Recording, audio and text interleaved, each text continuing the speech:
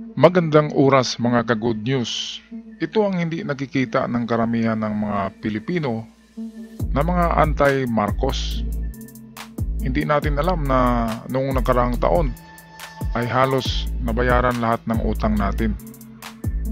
At hindi pa tayo nagtataka bakit ang dami-dami nating binibili ngayon na kagamitan sa gyera, pangdepensa ng Pilipinas. Meron na tayong submarino, merong mga barko. Hindi yan donated. Donation ang discount niyan, pero talagang binabayaran niya ng Pilipinas. Saan ba tayo kumukuha ng pera? Yang dami-dami nating utang, di ba? Ito na yata ang tinatawag ng dating FM na Marcos Gold na tinatalaga niya para sa sambayan ng Pilipinas, para muling babangon at muling sisikat ang Pilipinas. Narito ang ulat, atin panoorin sa bidyong ito. Halos nabayaran na ng gobyerno ang utang na dapat bayaran ng bansa ngayong taon. Ayon sa Bureau of Treasury, 1.55 trillion pesos ang program debt simula January hanggang October. Mula sa halagang yan, 95% na ang settled. Ibig sabihin, 1.48 trillion pesos na ang nabayaran ng Pilipinas. As of October, halos 14.5 trillion ang national debt ng bansa. Totoo yan, totoo yan. At hindi ba tayo nagtataka na sa lahat ng presidente na umupo after kay Presidenteng Ferdinand Marcos, lahat ng presidente ay hindi nagbabayad. Kung nagbayad man ay talagang kukunti lang, interest lang ang binabayaran, pero yung kapital ay hindi. Pero sa pag-upo pa lang ni PBBM, nakapagbayad na kaagad ng halos 96% ng utang natin ng nakaraang taon, 2023. Ano bang ibig sabihin yan, di ba? Nung bumisita siya sa World Bank, hindi natin alam kung anong kalakalan doon, di ba? Merong nagsasabi na kinuha niya daw ang interest ng mga ginto. At yan sana ay totoo na ginagamit niya ngayon secretly at pinapalabas lang na umuutang tayo. Pero babayaran din yan. Di ba? Kasi meron naman talagang itong sinasabing Gold for Filipino People, yung Gold for Humanity na account ni FM ay talagang para sa sambayan ng Pilipinas. Hindi ibig sabihin na ibibigay sa lahat ng tao sa Pilipinas isa-isa. Ang gold na yon, ang kayamanan na yon, ang pera na yon ay intended sa development ng Pilipinas. At ang development na yan sana ay para sa kapakanan ng lahat ng mamamayan, bata, matanda, babae, lalaki, tumboy, bakla. Okay, so eto pa ang ibang ginagastusan ngayon ni PBBM. Hindi ba tayo nagtaka? Saan tayo kumuha? Ang lahat ng biniling ito ng mga armas ay umabot daw ito ng 30 trillion pesos. Wala na nga tayong pera di ba? Pero meron tayo nito. Bakit kaya? Bakit kaya nagpapautang sa atin ang Amerika, ang India, ang South Korea, ang Canada, ang Japan at iba pang bansa nagpapautang sa atin ng mga armas? Kasi alam nila na meron tayong backup reserve gold na pwedeng pang collateral kung sakali hindi tayo makapagbayad ng pera, ay meron tayong mga ginto. Alam nila yan. Kaya tayo pinapautang ng ganito. Okay, patuloy tayo sa mga video. Dito makikita natin ang mga binibili sa kapanahonan ni PBBM na mga armas pangdepensa sa Pilipinas. Kapansin-pansin na tila sunod-sunod na ang mga dumarating na armas sa ating bansa. Mapa-warship man, patrol boats, helicopter at maging mga aircrafts. Ayan. Tila patuloy ang pagpapalakas ng Pilipinas, hindi lang sa makabagong armas, ganoon din sa pwersa ng militar. Tatalakayin ang pinakamalalakas na armas na in-order at narito na sa Pilipinas. Number 5, BRP Jose Rizal FF-150. Ito ay tinatawag na BRP Jose Rizal na ang kahulugan ay barko ng Republika ng Pilipinas. Ito ang isa sa pinakamalakas na armas ng Pilipinas. Ito rin ang nangungunang ship na mayroon ang Philippine Navy. Ang halaga nito ay umaabot ng 9.35 billion pesos. Ayan, ang laki-laki ng presyo niyan, di ba? Nung mga nakaraang mga presidente, anong ginagawa nila? Meron ba silang binili na ganyan? Di ba? Tumatanggap lang sila ng mga donation na yung mga flying coffin, yung World War II pa na mga helicopters at mga barko na sabi ay may diskuhan daw at kinakalawang na. Hindi itong kagaya nito, hindi ito ibinigay. Pinalabas lang yan na donation at utang, pero yan ay binabayaran natin. Ngayon, magtaka tayo bakit ang utang natin ngayon na natira ay meron na lang tayong utang na 14 trillion pesos. At yung 1.5 doon ay nabayaran na yon ni PBBM. Ang ibang presidente ay hindi nakapagbayad. Panahon ni Cory yung sumunod, hindi lahat. Interest lang ang binabayaran natin sa utang natin na total of 15 trillion pesos sa World Bank. At ngayon lang tayo unti-unting bumangon. Kaya mga ka-TH, mga ka-good news, mga kababayan, yung mga naninira kay PBBM na yung bigas daw hindi tumaas, merong kasing rason yan na make that ang bigas hindi bumaba ang presyo, merong rason yan kung bakit hindi masyadong pinababa ang bigas dahil yan sa negosyo. Pero sa ibang side of the story na bilyon-bilyon ng halaga na ginastos ng pamahalaan na ito para sa pagdevelop ng Pilipinas, lalo na sa pagdepensa ng ating soberenya, ay kailangan talaga yan ng mga makabagong armas para hindi tayo bubulihin ng China. Ngayon, ang Pilipinas ay parang Ukraine na tayo. Pwede na tayo sa giyera, pwede na kasi meron na tayong mga mid-range missile, mga jet fighter na bago, submarino, at mga frigate na mga parang mga midget battleship yan, mga maliliit pero state of the art. Kaya ako tuloy, ako'y negative noon ng yung mga ginto na yan eh. Sabi ko parang ano to eh, gawa-gawa lang. Pero sa ngayon nakikita ko na meron yatang ano eh, meron talagang pera, merong ginto si PBBM. Kasi bakit nakapagbayad siya, and then kung mangutang ay madaling pautangin dahil merong gold reserve or backup gold ang Pilipinas. Hindi kasi yan sinasabi na talagang atin yan, pero alam na natin na talagang pinag-usapan yung reserve gold yan sa World Bank ng Ferdinand Marcos. Kaya sana ay patuloy na ito na pag-unlad ng Pilipinas, hindi lang sa armed forces modernization, kundi sa ekonomiya na rin. Pero nakikita naman natin na unti-unti na. Unti-unti. Dahil sa pagbayad pa lang ng utang, that is 1.4 trillion ay nabayaran na last year. Ay baka ngayong susunod na taon ay another 1.5 trillion ang ibabayad. At unti-unti nang makakabangon ang Pilipinas sa ating mga utang, and we will rise great again. Patuloy tayo sa bidyong ito. Number 4, Scorpene. Ang Scorpene ang isa sa malakas na armas na pinapangarap ng Pilipinas at ito ay maaaring paparating na sa ating bansa.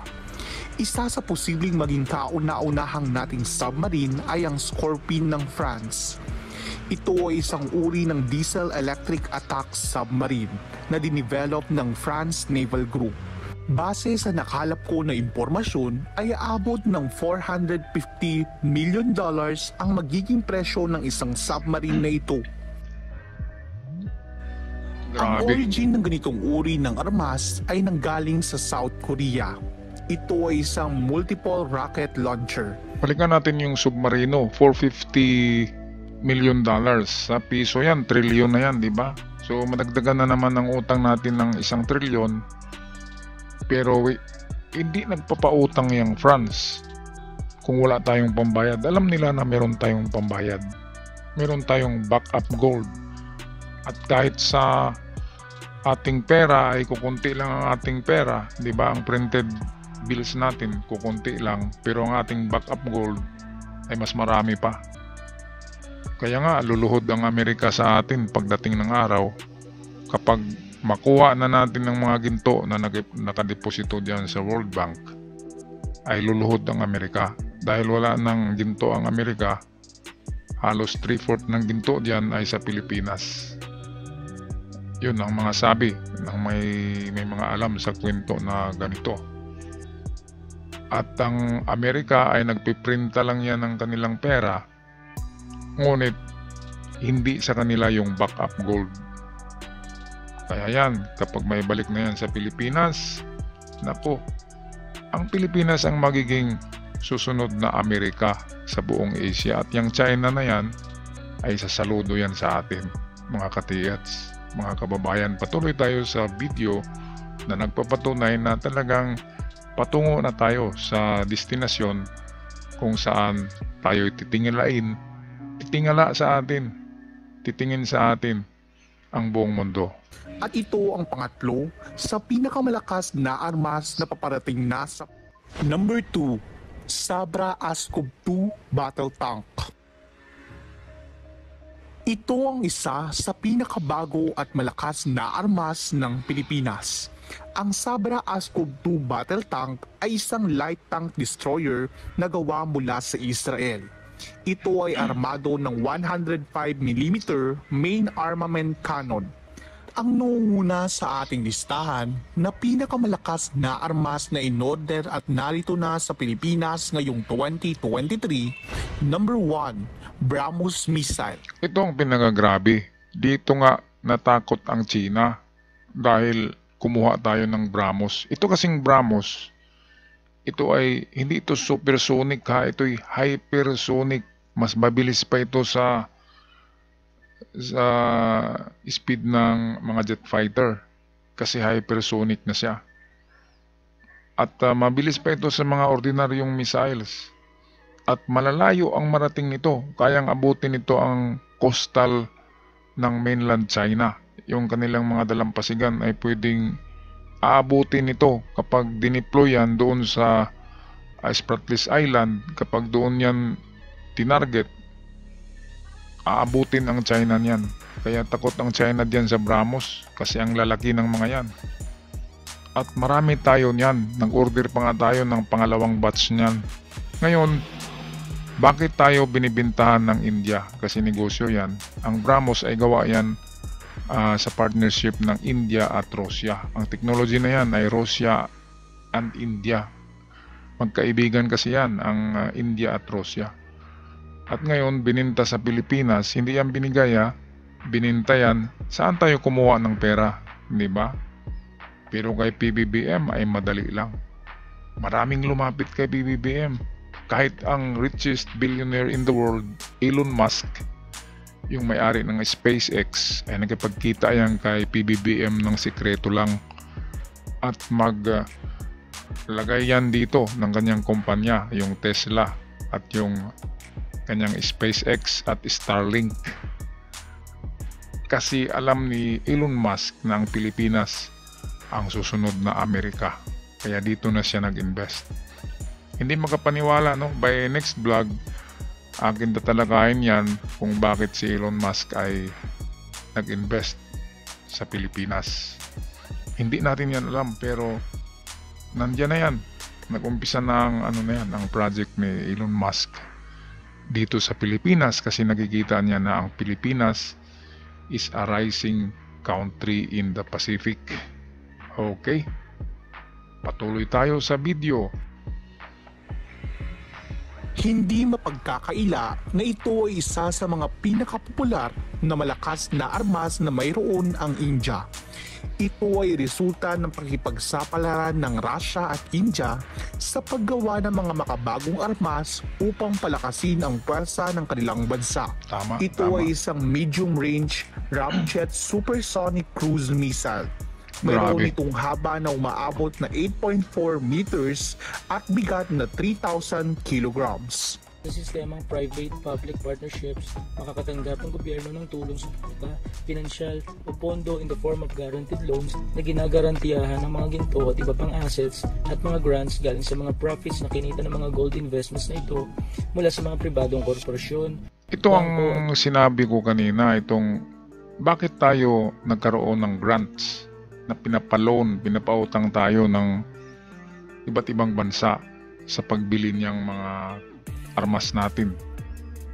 Bakit binigyan tayo ng loan, ng grant ng loan? Dahil sa itong sinabi dito, itong ginagarantiyahan ng mga ginto at iba pang asset at mga grants galing sa profits na kinita sa mga gold investment. Yung ginto kasi noon sinasabi na ilan ba yun na tons? Kasi ang dami-dami. Sabihin natin 7,000 metric tons lang na ginto natin sa World Bank. Yun kasi hindi na yun 7,000 ngayon. Kasi bininta na nila Marcos yan. Ang mga ginto sa sa Canada o Switzerland. Bininta nila, and din yung profits, yung pera ay diniposito din nila sa mga bangko.